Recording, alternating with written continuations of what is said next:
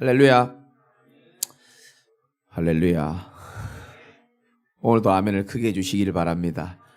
축복 한번 합시다. 참 잘 오셨습니다. 이 지금 본당에 앉은 분들은 대단한 축복을 받은 겁니다. 저 2층의 분들이 다 여러분들을 위하여 양보하고, 참 2층에 이쁜 집사님들 내가 보고 왔거든요. 아까 뒷모습을. 귀한 배려에 감사하고, 또 현장에 계시는 분들도 그렇고 똑같은 은혜 누리시기를 주님의 이름으로 축원드립니다. 코로나가 점점 이렇게 시간이 지나면서 처음에는 남의 얘기였거든요. 근데 이제는 뭐 제 주변의 사람들도 확진도 많이 당하고 뭐 당했다라고 표현해야 될지 모르겠지만 남의 얘기가 아닌 것처럼 이제 점점 이렇게 가까이 오는 느낌이 들어요.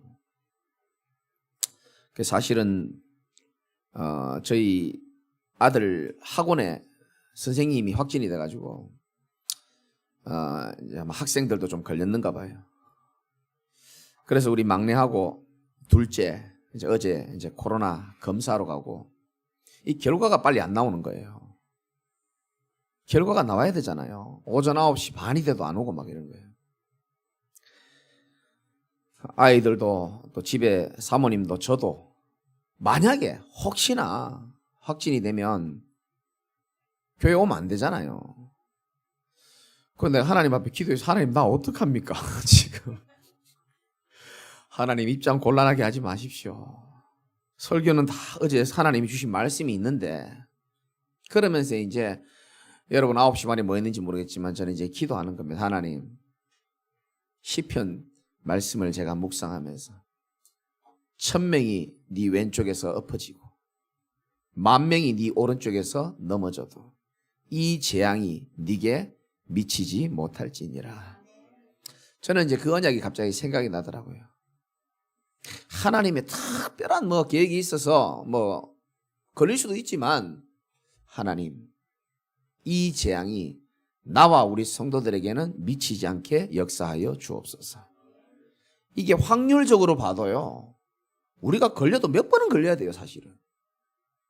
참 감사하게도 우리 성도들 한 사람도 아직까지 하나님이 지켜주시고, 계속 여러분들이 믿음 고백하시고 기도하시기를 주님의 이름으로 축원드립니다. 여러분 많은 어려움이 있고 많은 또 상황 가운데 계시겠지만은, 하나님은 지금도 살아계시고, 하나님은 지금도 신비한 하나님이지만 신비하게 역사하시는 것이 아니고 말씀으로 여러분에게 정확하게 역사한다는 사실을 믿으시길 바라고요.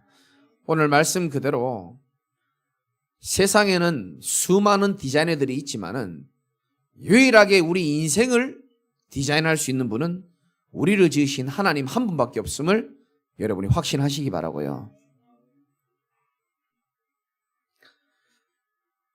하나님만이 우리 인생의 최고의 디자이너입니다. 그럼 우리는 뭘까요? 우리는 모델입니다. 모델이 뭡니까? 모델이 되어라가 아니고 모델학과 교수님이 모델에 대해서 이렇게 정의를 했습니다. 모델은 디자이너의 구상을 실현시키는 존재가 바로 모델이다. 동의하시죠?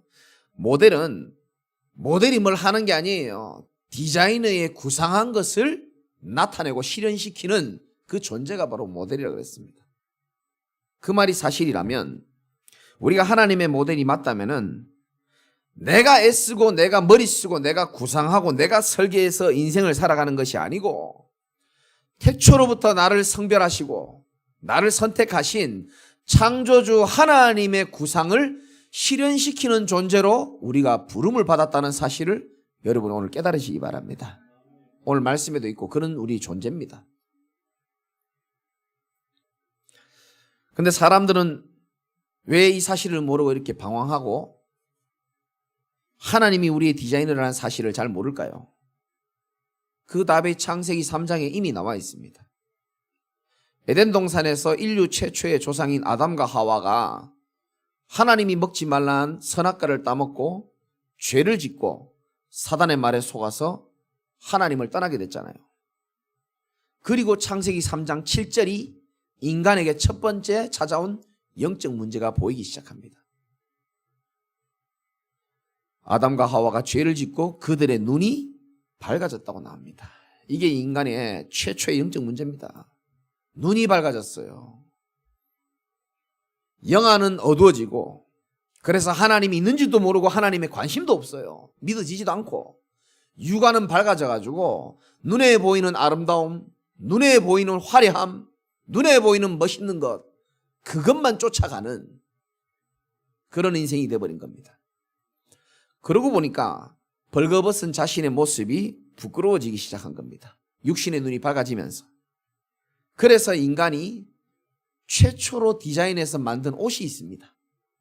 그게 바로 무화과 나무 잎으로 만든 치마입니다. 인간의 수치와 부끄러움과 죄를 가리기 위하여 인간의 힘으로 뭔가를 만든 옷이 바로 무화과 나무 잎입니다. 이때부터 사람들은 본능적으로 자기의 수치와 부끄러움을 가리기 시작합니다.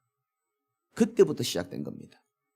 그런데 인간의 힘으로 노력으로 만든 무화과 나무 잎은 완전합니까? 완전하지가 않습니다. 잎은 나무에서 분리되는 순간부터 서서히 말라 비틀어지기 시작합니다. 우리의 죄와 수치를 가릴 수가 없습니다. 그래서 하나님은 창세기 3장 21절에 짐승을 죽이면서 피를 흘리면서 그 희생을 통하여 가죽옷을 만들어서 우리 인간에게 새롭게 입히기 시작합니다. 가죽옷이 완전합니까? 무화과 나무 잎이 완전합니까? 가죽옷이 완전합니다.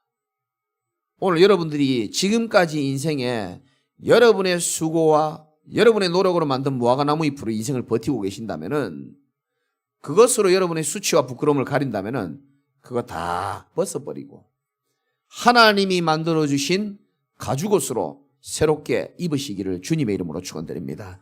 하나님이 디자인한 옷입니다. 가죽옷. 혹시 여러분 가운데 이 가죽옷이 질기기 때문에 완전하나? 그래 생각하면 오늘 집에 가시면 안 됩니다. 하나님이 만들어주시고 디자인한 이 가죽옷은 희생을 말하고 있고 피를 말하고 있는 겁니다. 우리 인간의 죄와 수치와 허물을 없애줄 수 있는 것은 인간의 노력으로 할 수 없습니다. 하나님이 디자인해 주신 하나님의 독생자이신 예수 그리스도의 피 흘림과 대속, 죽으심을 통하여 우리 인간이 최고로 완전해질 수 있는 줄 믿으시기 바랍니다. 그 옷을 여러분들이 입으시고 계신 겁니다. 이 말을 못 알아듣겠습니까? 그러면 더 쉽게 말씀드리면, 지난주에 제가 말씀한 내용은 꼭 기억해야 됩니다. 여러분 인생이 어둡습니까? 빛 가운데 밝게 비춰진 인생입니까? 여러분 주변의 불신자들에게 꼭 얘기해 주십시오. 그분들이 사람이 나빠서가 아니고 나름대로 열심히 살려고 했고 나름대로 최선을 다해 보려고 했지만 인생이 어두운 이유는 낮에 해가 비치는 것을 딱 한번 보십시오. 그 해를 바라보고 서 있으면 모든 것은 빛 가운데 펼쳐진 인생입니다. 그런데 그 해를 등지고 서게 되면 눈앞에 그림자가 보이게 됩니다. 해를 등지고 살면, 빛을 등지고 살면 그 사람의 수준과 인격과 경제 형편과 상관없이 어두운 그림자 인생이 되는 겁니다. 이 말을 못 알아들어요, 사람들이. 이 쉬운 말을 못 알아듣습니다. 영적인 메시지이기 때문에. 내 인생은 너무 어두워요. 너무 캄캄해요. 해를 등지고 있어서, 빛을 등지고 있으니까 그런 겁니다. 빛 대신 예수 그리스도를 등지고 있기 때문에 어두운 그림자 인생인 거예요. 이 말을 못 알아듣습니다, 사람들이. 여러분들만이라도 알아들으시기를 주님의 이름으로 축원드립니다. 어두우니까 늘 우울하고, 어두우니까 늘 미래가 안 보여요. 어두우니까 늘 불안하고, 어두우니까 늘 싸워요, 부딪혀요. 어두운 그림자 인생. 성경에도 나옵니다. 전도서 5장 17절에 보면 일평생을 어두운 데서 먹으며 먹는 것도 어디서 먹느냐가 중요해요. 먹는 게 중요한 게 아니고 내가 어디서 먹느냐가 중요합니다. 일평생을 어두운 데서 먹으며 많은 근심과 질병과 분노가 그에게 있느니라. 질병이 문제가 아니고 근심이 문제가 아니고 분노가 문제가 아닙니다. 어두운 데 있기 때문에 그런 겁니다. 여러분, 사람들은 절대 모릅니다. 아무리 쉽게 말해도 몰라요. 그들의 문제가 분노의 문제가 아니고 근심의 문제가 아니고 사람을 잘못 만난 게 아니라니까요. 어둠의 문제임을 여러분들은 꼭 깨달으시기 바랍니다. 어둠은 소리 질러도 안 되고 부탁해도 안 되고요. 노력해도 안 됩니다. 어둠은 빛이 비치면 어둠은 떠나가게 되는 겁니다. 이 세상의 빛은 오직 우리 주 예수 그리스도밖에 없는 줄 믿으시기 바랍니다. 그 빛을 소유한 자가 저와 여러분입니다. 그래서 베드로전서 2장 9절에 보면 그러나 너희는 택하신 족속이요 왕같은 제사장들이요 거룩한 나라요 그의 소유가 된 백성이니 이는 너희를 어두운 데서 불러내어 그의 기이한 빛에 들어가게 하신 이의 아름다운 덕을 선포하게 하려 함이라. 하나님이 저와 여러분들을 어두운 데서 불러내셨다 그랬습니다. 이게 얼마나 축복인지를 여러분 깨달으시기 바랍니다. 세상에서 가장 큰 복은 구원의 아름다운 소식을 듣고 내 인생이 어둠인 줄도 모르고 살았는데 어둠인 줄을 알게 되고 빛 가운데로 나와서 주와 함께 손을 잡고 이 빛을 증가하는 인생임을 여러분 꼭 믿으시기 바랍니다. 하나님이 그렇게 저와 여러분들을 여러 나라를 살릴 선지자로 부르신 줄 믿으시기 바랍니다. 오늘 본문 한번 보십시오. 예레미야 1장 4절에 보면 2층에도 다 같이 읽어주시고 현장에도 다 같이 읽어주시기 바랍니다. 예레미야 1장 4절 한번 읽어봅시다. 시작. 여호와의 말씀이 여러분에게 임하시기 바랍니다. 이게 제일 큰 복이에요. 하나님의 말씀을 귀로 듣는 자가 있고 하나님의 말씀이 임하는 자가 있습니다. 말씀이 하나님이기 때문에 말씀이 임하면 여러분 인생 바뀌게 되어 있습니다.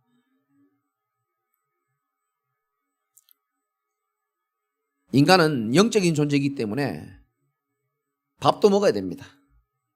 좀 쉽게 표현하면 밥이 내 위장에 임해야 힘이 생겨요. 아무리 맛있는 음식도 내 위장까지 임하지 않으면 힘이 빠지게 돼 있습니다. 그래서 영적으로도 우리 인간은 말씀이 내게 임해야 영혼에게 뿌리가 내려지고 각인되어져야 힘이 생기는 줄 믿으시기 바랍니다. 동물은 식물은 말씀이 임하지 않아도 잘 살아요. 식물은 햇볕과 물과 공기만 있으면 돼요. 말씀이 임하지 않아도 괜찮아요. 동물도 말씀은 안 임해도 괜찮습니다. 그러나 사람은 영적 존재이기 때문에 짐승하고 달라요. 하나님이랑 함께 해야 되고 하나님의 말씀이 임해야 되는 줄 여러분 믿으시기 바랍니다. 말씀이 임해야 되는 겁니다.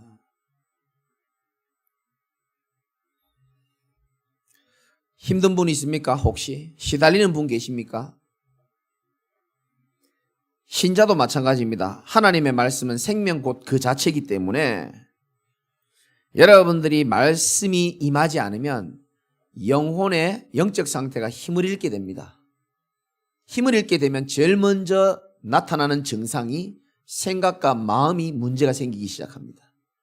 그래서 올바른 판단을 할 수가 없어요. 틀린 판단을 하기 시작합니다. 그리고 영적 면역력이 없기 때문에 사람의 말 한마디에 사단의 공격에 쉽게 당합니다. 그래서 저와 여러분들이 하나님의 말씀을 귀로 듣지 마시고 하나님 오늘도 내게 말씀이 내 영혼에 임하게 하여 주옵소서.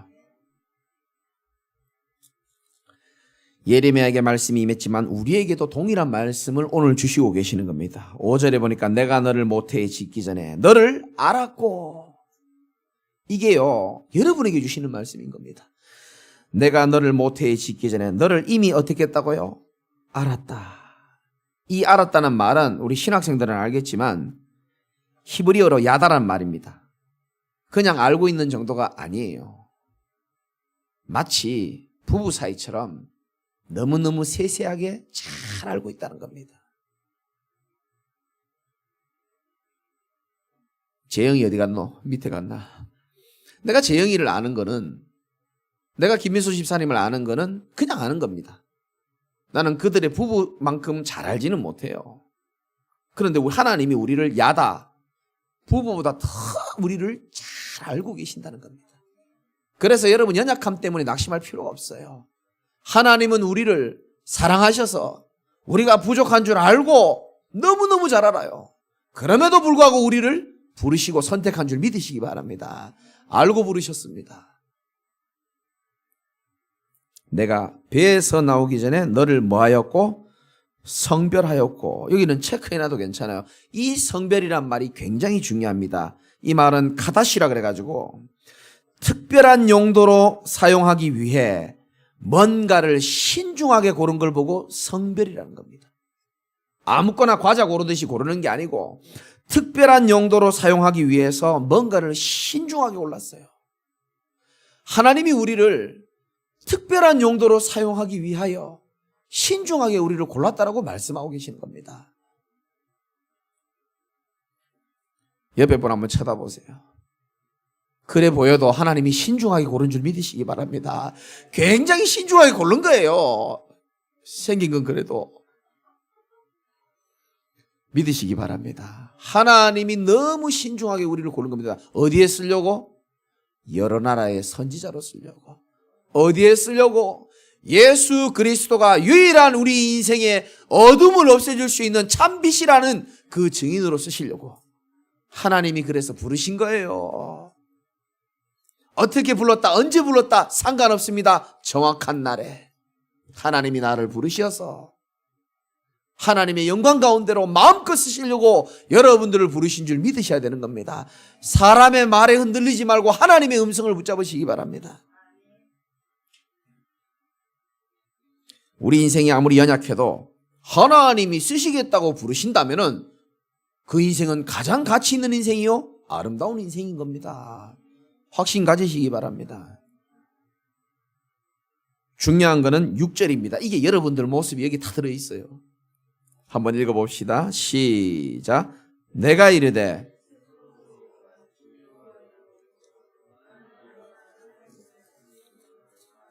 아멘. 하나님이 아무리 말해도 성도들은 그거 안 들어. 목사님이 아무리 목이 터지라 이해도 자기 상황이 제일 1순위라. 하나님이 말씀하는데 예레미야 말합니까? 슬프답니다. 슬프도소이다.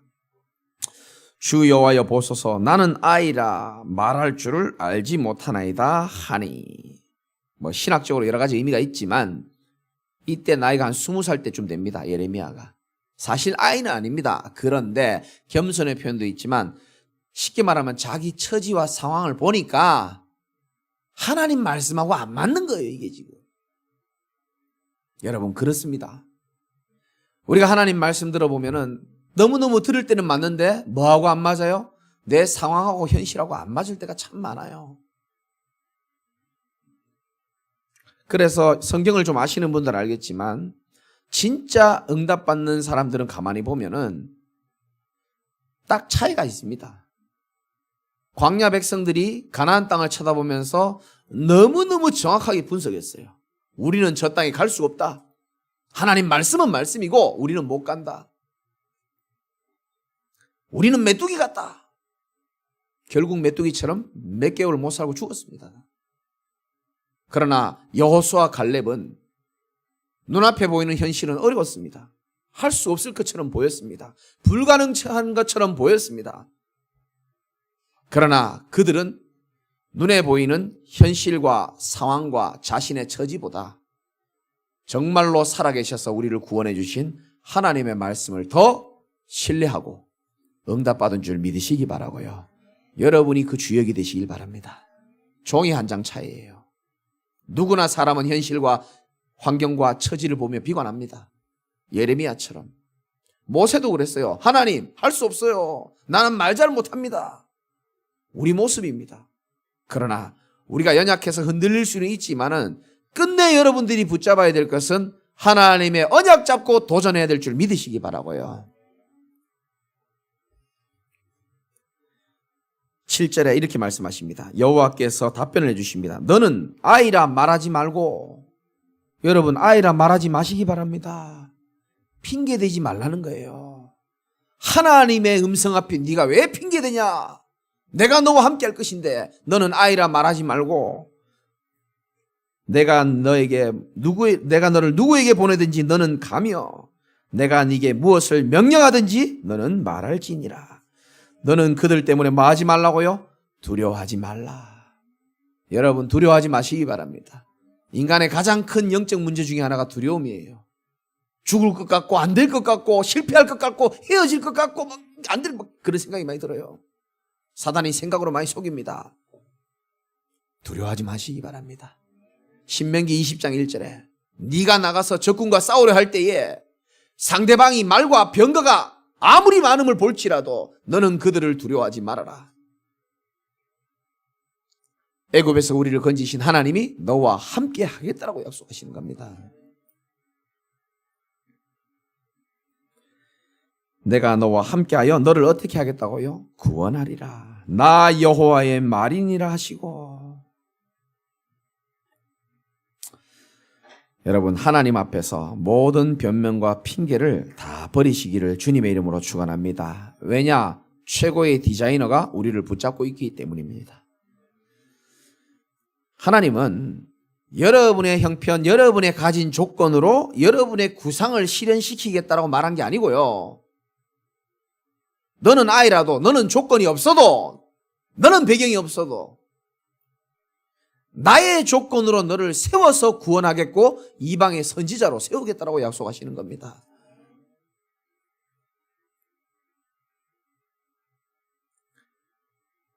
어떤 상황에서도 하나님은 우리를 건지실 줄 믿으시기 바랍니다. 사망의 음침한 골짜기를 갈지라도 하나님 우리와 함께 하시게 되어 있습니다. 요한일서 5장 18절에도 하나님의 사람을 악한 자가 만지지도 못하게 한다 그랬어요. 아멘이 좀 작은데 2층하고 3층하고 다 바꾸시길 바랍니다. 악한 자가 우리를 만지지도 못하는 줄 믿으시기 바랍니다. 저희 집에 거북이가 한 분 계시는데 재밌게 좀 얘기해 볼게요.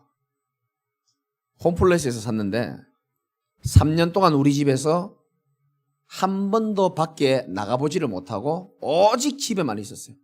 3년간 자가격리. 얼마나 답답하겠습니까? 얼마 전에는 눈병도 생겨가지고 너무 불쌍한 거예요. 그래서 제가 우리 준서 거북이 주인인데 전혀 돌보질 않아요. 너무 커가지고 들기도 힘들거든요. 이제는 이렇게 들고 나가는데 막 난리를 쳐요. 집 앞에 놀이터에 데려갔습니다. 그래서 내려놔줬죠. 자가격리 해제, 마음껏 놀아라. 완전히 애가요. 완전 정신을 못 차리는 거예요. 막 이런 세상이 다 있었나 싶어가지고. 평생 우리 집에만 갇혔잖아요. 나 좀 불쌍하더라고요.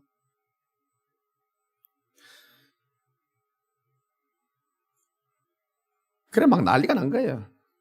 그래서 지나가는 사람들도 구경도 하고. 근데 참 신기한 일이 일어나는데요. 혼자 잘 노는데 저 멀리서 뭐가 이렇게 하늘을 이렇게 뭐 날아오는 데 보니까요. 까마귀 같아요. 제가 보니까. 까마귀가요. 멀리서 눈치를 보면서 참 가까이 오는 거예요. 이렇게. 그때 얼마 전에 본 뉴스 기사가 생각나는 겁니다. 인도에서 바다 거북이들이 나오는데 까마귀들이 공격을 해가지고 머리를 다 찍어버린 겁니다. 근데 그 까마귀가 입맛을 다시는 거예요. 이렇게.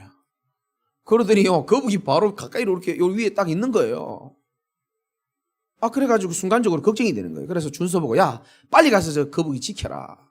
그러니까요. 이 까마귀가 이 준서가 무서웠는지 어떡해 뭐 이런 어쩔 줄을 모르는 거예요. 빨리 가. 그래서 가까이 가가지고 이 거북이를 지키는데요. 까마귀가 입맛 따시다가요. 보호자가 있으니까 그냥 가버리더라고요. 한참 있었거든요. 이야, 참 신기하다. 저는 그걸 보면서 여러 가지 생각이 들더라고요. 거북이가 자기의 시야에서는, 또 눈이 나쁘니까 요즘에 눈병이 걸리니까 자기의 시야에서는 전혀 보이진 않지만 일어나고 있는 일들이 있잖아요. 저 호시탐탐 노리는 시커먼 까마귀, 흑암과 같은 존재. 그런데 그 흑암과 같은 존재보다 더 강한 사람, 저 태권도 4단이거든요. 딱 거북이를 보호하려고 딱 서 있으니까 까마귀가 결국 만지지도 못하고 도망가더라고요.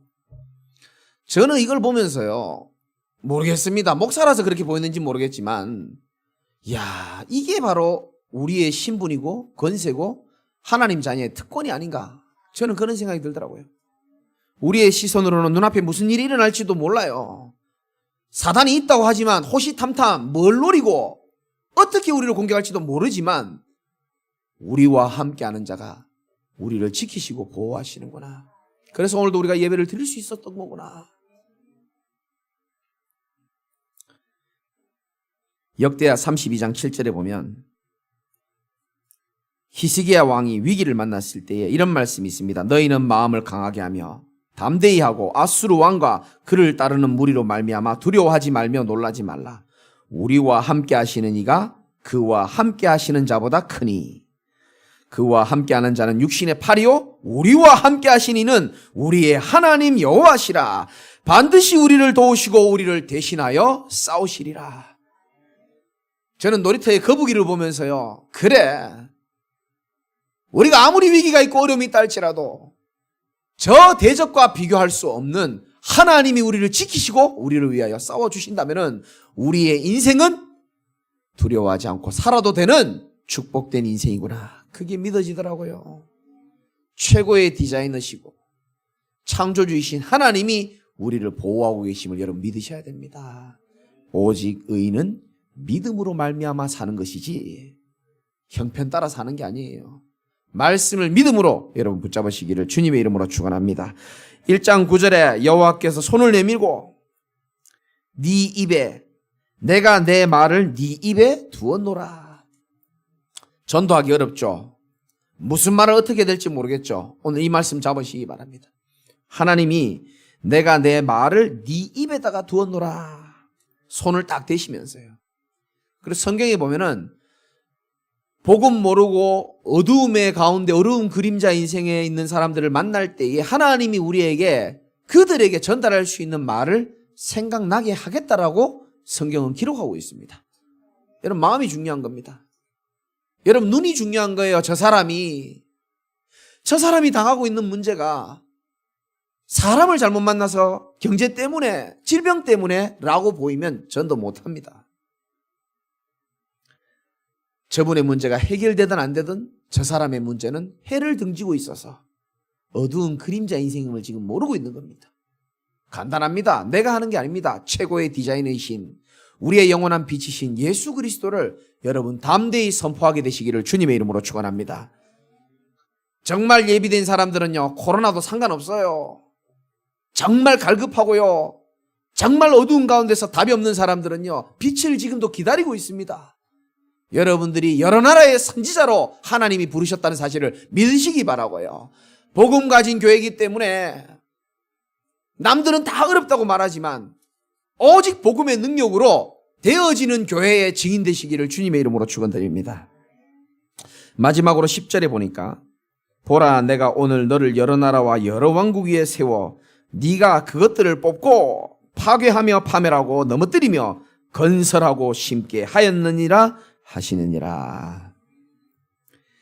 예레미야를 통하여 모든 우상들을 파괴하고 뽑아내고 자신의 모든 우상과 불신앙도 다 뽑아내고, 쉽게 말하면 우리 인생을 편집하고 다 설계해 놓으시고 디자인하신 하나님께서 나를 새롭게 편집하고 설계하고 디자인하시고 우리를 통하여 현장의 모든 우상들을 편집하고 복음의 하나님의 나라로 설계하고 디자인하게 된다라는 약속의 말씀을 오늘 하고 있는 줄 믿으시기 바라고, 이 말씀이 몇천 년 전 말씀이 아니고 21세기를 사는 저와 여러분을 향한 하나님의 약속으로 믿으시기를 주님의 이름으로 축원드립니다.